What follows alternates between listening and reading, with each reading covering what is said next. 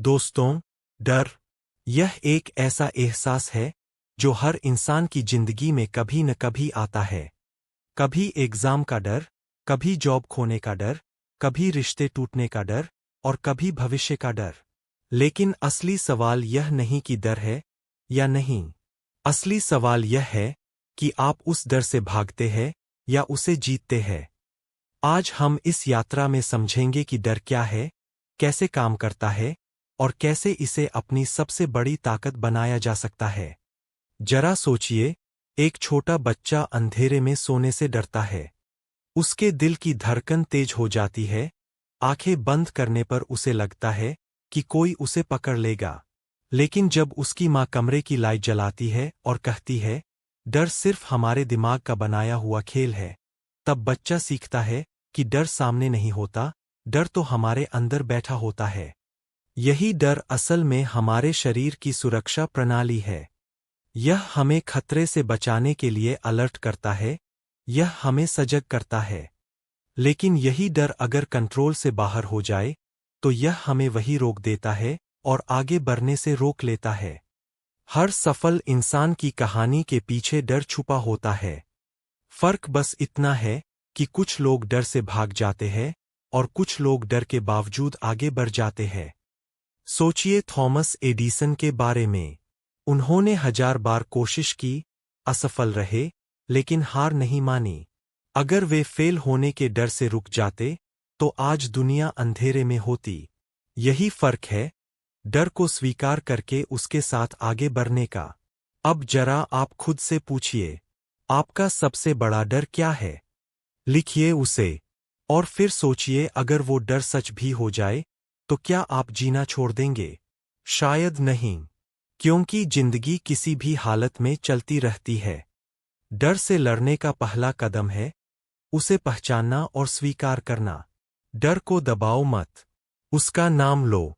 स्वीकारो कि हाँ, मुझे यह डर है। क्योंकि जब तक आप अपने डर को पहचानेंगे नहीं, तब तक आप उस पर काम भी नहीं कर पाएंगे। जैसे महाभारत में अर्जुन युद्ध के समय डर और कन्फ्यूजन में था। उसे लग रहा था कि वह अपनों के खिलाफ लड़ाई नहीं लड़ पाएगा। लेकिन कृष्ण ने कहा, डर मत, कर्तव्य करो। यही स्वीकार्यता का पहला कदम था। अब सवाल यह है कि इस डर को तोड़ा कैसे जाए। इसके कई रास्ते हैं। सबसे पहला रास्ता है ज्ञान। जिस चीज से आपको डर लगता है, उसके बारे में सीखिए। दूसरा रास्ता है छोटे छोटे कदम। बड़ा डर छोटे हिस्सों में बांट दीजिए और हर दिन एक कदम बढ़ाइए। तीसरा रास्ता है पॉजिटिव माइंडसेट। अपने दिमाग को बार बार कहिए, मैं कर सकता हूं।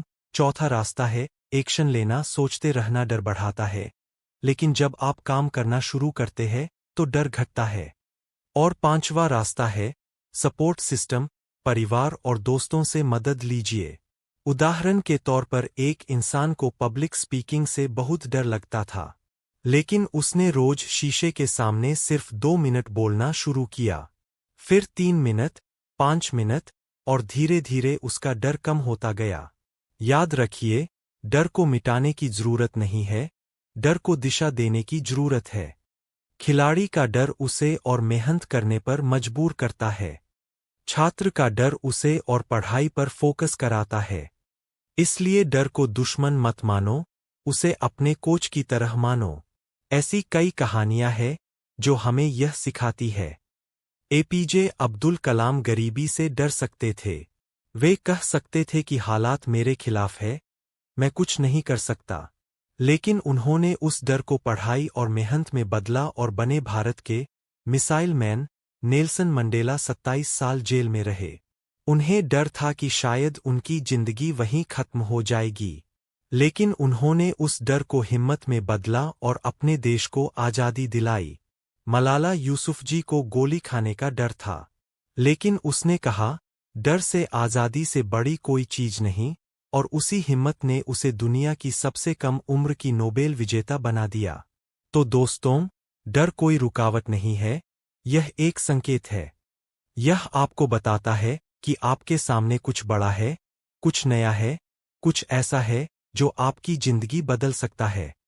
अब सवाल यह है कि आप इस संकेत को समझकर आगे बढ़ेंगे या फिर इस डर में फंसकर रुक जाएंगे।